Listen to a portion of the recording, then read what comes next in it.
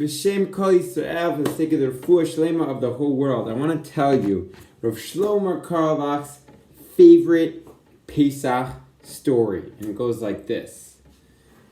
A long, long time ago, there was a Hasidic Rebbe. And this Rebbe had the most amazing Seder.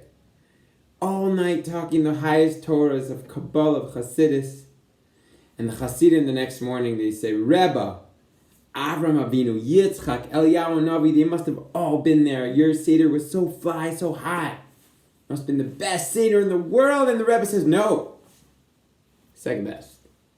The best was moishelle, the holy water carriers Seder. And they're like, who's this moishelle, the holy water carrier? We got to find out about that Seder.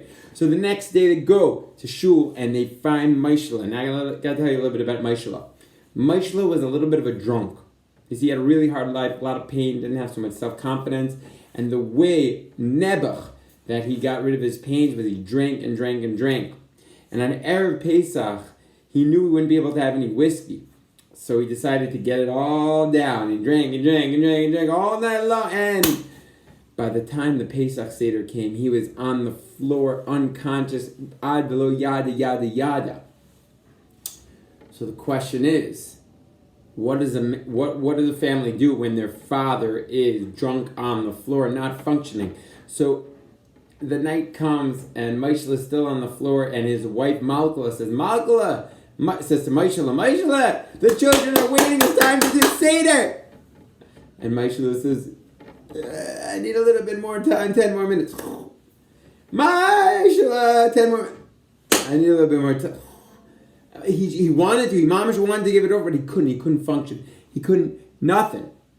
Until finally, 4 a.m. comes, and moishelle finally is feeling a little bit able to function. He's feeling terrible. He's feeling like, I can't believe I did this. And he says, Malkala, call the children over.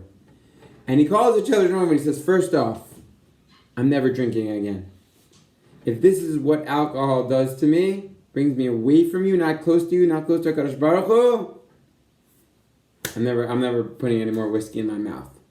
But second of all, and more importantly, and he's quite in the moment of drunkenness and realness, and he says, Kindle, we had a tati named Avram Avinu, Yitzchak, Yaakov, and HaKadosh Baruch Hu sent us down to Mitzrayim, and we got stuck there. But we never forget that when we dive into our tati to HaKadosh Baruch Hu, he's always listening to us, whether we understand it or not. And Kindle, don't forget, Hashem's always listening to you. HaKadosh Baruch Hu heard their prayers and took them out of Egypt. And still to this day, every time we daven, he's always there for us. Everything we do, he's always there for us. He loves us so much. And he fell to sleep. And that's moishelle, the holy waters carriers Pesach. And the Rebbe, the Hasidic Rebbe, said that was the highest Seder of them all. Now, what is the lesson we're supposed to learn from this story? Not that we should get drunk, chas v'shulam, to the point of missing Seder. Oi! In fact, that's exactly the point. Don't do that. But yes, that we should be real with our children, with ourselves. The Seder and every day is about being real. Really, we're in a crazy time period. We really need to dive into our tati in heaven to stop this crazy, crazy virus. Even though we know it's all from the best, we also know it's our obligation to dive from the depth of our hearts, to have rachamim, to have mercy upon the Jewish people, upon the whole world, to realize that we're all one.